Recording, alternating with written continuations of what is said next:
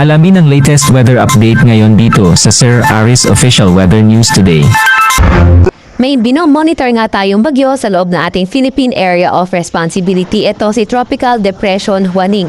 Kaninang alas 4 ng hapon, ito ay huling namataan na nasa may layong 555 kilometers east-northeast ng Itbayat, Batanes. Nagtataglay ng lakas na hangin na 55 kilometers per hour malapit sa sentro at bugso na aabot sa 70 kilometers per hour. Ito ay kumikilos sa direksyong hilaga ng mabagal. Itong bagyong na ito ay wala naman tayo nakikitang direktang epekto sa kahit na anong parte ng ating bansa kahit sa mga susunod na araw.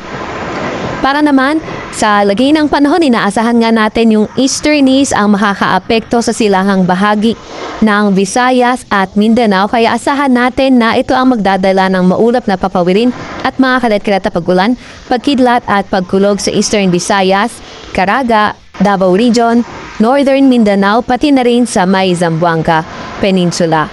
Kaya inaasahan nga rin natin na magiging maulan sa lugar ng Apayao, pati na rin sa Ilocos Norte. Iyan naman ay sanhi ng trough ng tropical depression sa labas naman ng ating Philippine Area of Responsibility.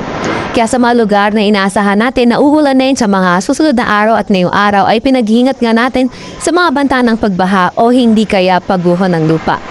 Para naman sa lagay ng panahon, sa Metro Manila at nalalabing bahagi na ating bansa, mas maaliwalas na panahon na inaasahan natin pero may mga tsansa pa rin ng mga localized thunderstorms. Sa kasalukuyan nga ay may minomonitor din tayong cloud clusters sa labas na ating Philippine Area of Responsibility. Etong mga cloud clusters na ito ay hindi natin nirule out yung posibilidad na ito ay maging isang low pressure area sa mga susunod na araw, kaya patuloy tayo mag-antabay sa mga ilalabas na update ng Pag-asa.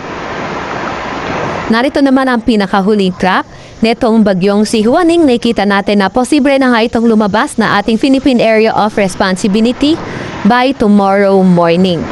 At nakita rin natin na throughout the forecast period ay mananatili ito as tropical depression, pero ang paglakas nito at mag-intensify as severe tropical storm ay hindi nga rin natin nirule out.